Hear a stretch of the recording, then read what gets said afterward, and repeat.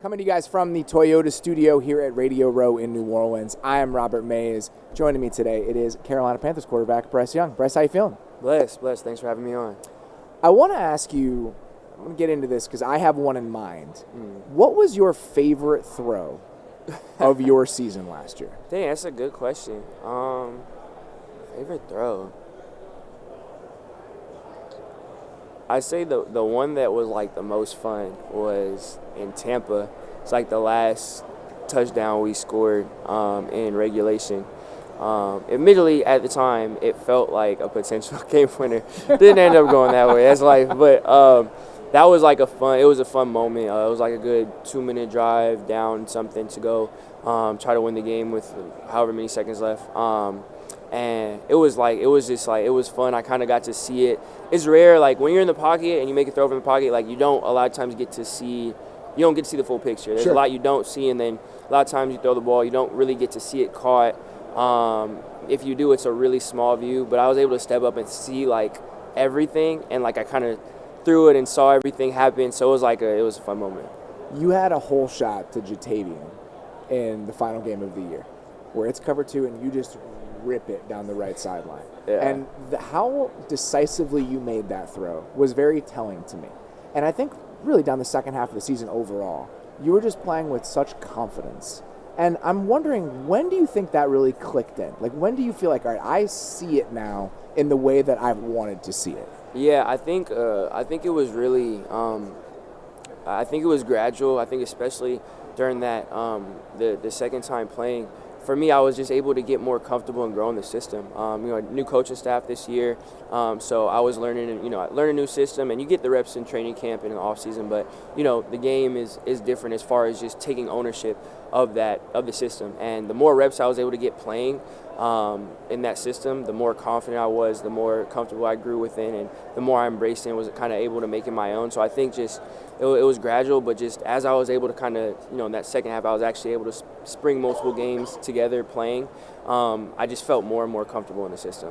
What specific aspects? Like, what things do you feel like, all right, I have a better handle on this at Thanksgiving than I would have at the beginning of the year? Really, it's really about reps. I think, there's, as much as you study it, as much as you think about in the off season, there's when you go up and you got to think, you're handling the snap count, handling the cadence, figuring out what the defense is in, figuring out the game plan adjustments, what matchups you like.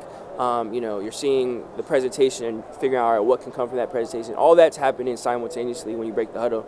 And when you're in a new system, it's a lot, the faster you can get that to be second nature, the easier. When you're first, and I think most quarterbacks can attest to it, at the beginning of a new system, there's still that little, no matter what, when the game comes, still that little, okay, what is the read, the whatever, all right, what is it that I have formation? And even if it's just a split second, and then the more that you are able to have reps in that, the more I already know I'm comfortable. I know exactly what's happened. I've had a rep versus this coverage in a game with this play before.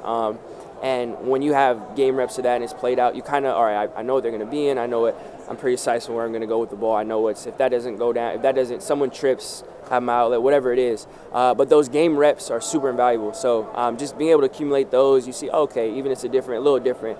Okay, versus quarters we had this play up versus whoever 2 weeks ago, I remember how it played out so I can be quicker to it. So I think it was just reps, the accumulation of reps in the system was something that really helped me grow. Do you feel like, is that stuff you can hone in practice, or is that only at game speed where you feel like you can really start to get a handle of that? Yeah, I think you can, there's definitely, practice can bring a part of it, and I think just for me, I try my best to have that urgency and to try to put myself through that mindset during practice. But there's just certain game experience that it's stuff you can't replicate. Obviously knowing the consequences, knowing there's a rush, knowing it's not just a scouted look. You can try to push as much as you can in practice, but those game reps are invaluable. I think a lot of people speculated about your confidence this year, right? Like people in my position, like when you go to the bench, you're number 1 pick overall, things haven't been going very well, and you think, man, this is going to be a difficult thing to work through. And when he comes back, like, what does it ultimately look like? Walk me through how you were feeling. Like, how are you feeling about yourself when Dave or whoever comes to you and lets you know that they're going to go to Andy? Yeah, nothing about how I felt about myself is ever changed. I draw my confidence from the Lord, and that's the ultimate source. So that's never wavered or never changed for me personally. Obviously, I understand from the outside looking in, everyone is going to form a narrative and have their opinion. I respect that. I feel like everyone's entitled to that. But for me personally, just as a competitor, every time you step on the field, you feel like you're the best person on the field. You feel ready to play. That's just the competitor's mind state that I think most people have. And that's not anything that's ever wavered. Obviously that was difficult for me. That was something I'd never experienced before. So being in that position was something that was unique. But for me, I tried to make sure that I can be as consistent as possible during that time, not let my circumstance dictate my attitude, dictate how I worked, throughout the week, my preparation. Regardless of that, I want to make sure I was consistent with that, and I want to use the opportunity to grow in that and learn something new about myself, because I'd never been in that situation. So I don't believe God makes mistakes, so I'm super grateful for the journey that He's had me on, and I'm looking forward to continuing to improve. What did you learn? I think I learned a little bit different side of me about just resiliency. Again, not something I've been a part of, and I'm a man of faith, and I've always trusted in God and His process. But this was kind of the first time that I'd say I didn't have a choice. That was the first time my back was against the wall, and for the first time, I didn't know how things were going to turn out. I couldn't map it out. I couldn't do any. If I do this will happen. I didn't know. And you lose control and agency, really, for one of the first times in your life, I assume. Exactly. And that was, it was scary for sure.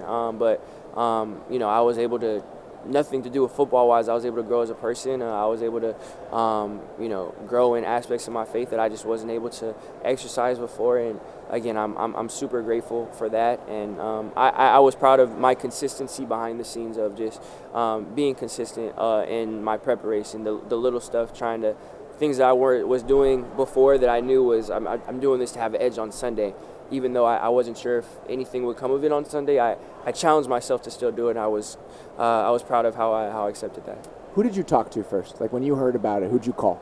Called my parents first. Those are probably the first person. Those are the first people that I called. What'd they say to you?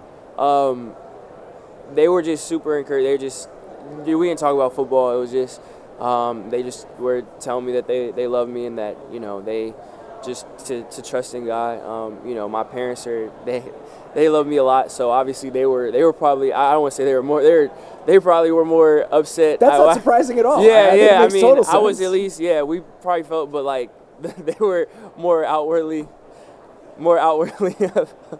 upset about it. Of course, like that's, for me, I'm their kid, so they're obviously looking after you. Yeah. So but even through that, for them, like, to kind of curb that and just try to be there for me and be supportive, and just like, no, it's cool, like, about, we love you, just let us know if you need all that. Just having that support system was, I was super grateful for that. When you got the next opportunity, like, what was your mindset? What did you want to show people when you got that second chance? Honestly, the thought process wasn't really to prove something or to want to, show something to the world. Again, I'm big on controlling what I can control, and narratives and how I'm viewed isn't really one of those things. I just wanted to be the best version of myself. I wanted to help the team win. I wanted to, I just wanted to do all that I can to, honestly, it wasn't a change in mindset. That's kind of always what I wanted to do. It wasn't a change. I wanted to make sure that I was just that. I didn't want to go out and be like, I got to go and be something different. I got to go and play outside the system. I have to go and put on this amazing. I just wanted to do the same thing I want to treat it like another game. Obviously, be great. I was super grateful for the opportunity, and obviously, I want to embrace that. But I didn't want to go and now feel like I had to conquer the world because it was something different. I wanted to try to keep my emotions in check and treat it like another game. How do you feel like they handled it? Like, how, Dave, and just like the messaging to you, and then when you got the opportunity again, you guys obviously have to continue working together. Like, the way that they kind of approached it and walked you through it, did you like the way that they did it? Again, for me, I was just I understand the business of football. I understand things that have to happen, and I always try to take it as a business. I don't look at things personally. I understand it's big that. of you. It's hard to do that. yeah, of course. We're all human, but I try to have perspective. For them, obviously, their job. We all have the same goal. I want to win games. They want to win games. Everyone's livelihood kind of revolves around that. So, I respected, I respect them. Again, they always want to do what they feel like is best. And I didn't take anything personally. Again, it's the business of it. I understand how this business is. So I just try to focus on what I could control. If you look at Dave's last 3 years, he was with Gino, he was with Baker, and then he was with you. And I think with those two guys, they really had to remake their careers in a way. And you had a rough first year, right? There's something to come out of there. I'm wondering, is there anything specific about the way he talks to a quarterback or the way that he presents stuff to you within the offense that kind of builds confidence? Yeah, I think really it's just how consistent he is with his outlook and with how he carries himself. He's a super positive person, and it can be hard to do that when things aren't going well, or especially for him, he's being a head coach and having all that weight on you. It's easy to see people fluctuate or see people try to be one way, and you could see them slip and try to get back. When you're around someone for so long, and you're a leader of an organization, a team like a head coach is, people notice that stuff. But just how consistent he is with the dialogue in the quarterback room, on game days in the meeting room, he's always constructive, always tries to have a positive outlook on things, and his willingness to do that, I feel like, is something that's really calming, and just having that consistency from the quarterback position is super beneficial. If you could steal one trait from another quarterback in the league, what would it be and why? That's a great question. That's a really good question. I feel like Lamar Jackson's running ability. That just sounds fun. Like, I want to be able to you guys have no imagination. Everyone just wants to be faster. That sounds so. Does y'all? You see what he could do? Like that looks like so much fun. Like I would love to be able to that would be hard. The last thing I'll ask you, when you were walking up, I was tempted to be like, I wonder if I'm taller than him. Is it weird to be someone that people fixate on how big you are all the time? Oh, nah, you get used to it, big dog. I've been hearing that for a while. But it's like, for me, it's funny because, like, I don't know. I feel like, obviously, from an outside perspective, like, you put me in, like, a group of a bunch of quarterbacks and, looking at it, you're like, okay, like, most people are this height, and, like, you compare it to that, and you're trying to figure out, like, we're on the same plane of, like, all right, how does someone... For me, I've never been tall compared to people around me. Like, I've always been this height relative to people around me. So it's like, I don't know any other way to play the game. So it's like, everyone has this fairy tale. It's like, how do you do this? Or like, this person is, and I'm like, I wouldn't know what it's like to feel like. Yeah. Maybe if I was like 5'10" and like 10 years old, and then I was tall at one point, but like, I've always been like this. So I don't have anything to reference off of. So it's like, it doesn't even like, I've never even thought of it. I love watching, like, it's almost like evolutionary, where you have to change your game a little bit in the way that you play because of how you're built. And just watching you, like, layer corner throws, and just, like, how you have to do it compared to, like, how Phillip Rivers would have to do it. There's almost something beautiful about it. Like, you have to kind of find your own way to finding your play style that really has worked for you. Yeah, for sure. Yeah, I'll definitely, like, watching film, like, you see some stuff, and like, oh, wow, like, that's like, I'm a big fan of just the sport. Like, I obviously, it's like, watch film as part of my job, but even in watching, I'm like, dang, like, I love watching other quarterbacks play out. I love watching little things they do. And when you watch them over and over, you kind of start to pick up on it and, like, see little things. I'm like, dang, like, that's interesting. Like, that's never came to mind. Like, that's cool to see how they approach it. I'd say one of the things that's been really cool is watching Josh Allen throw deep balls. He is really interesting. Like, he has, like, he doesn't do it all the time, but he can throw, like, a 2-ball.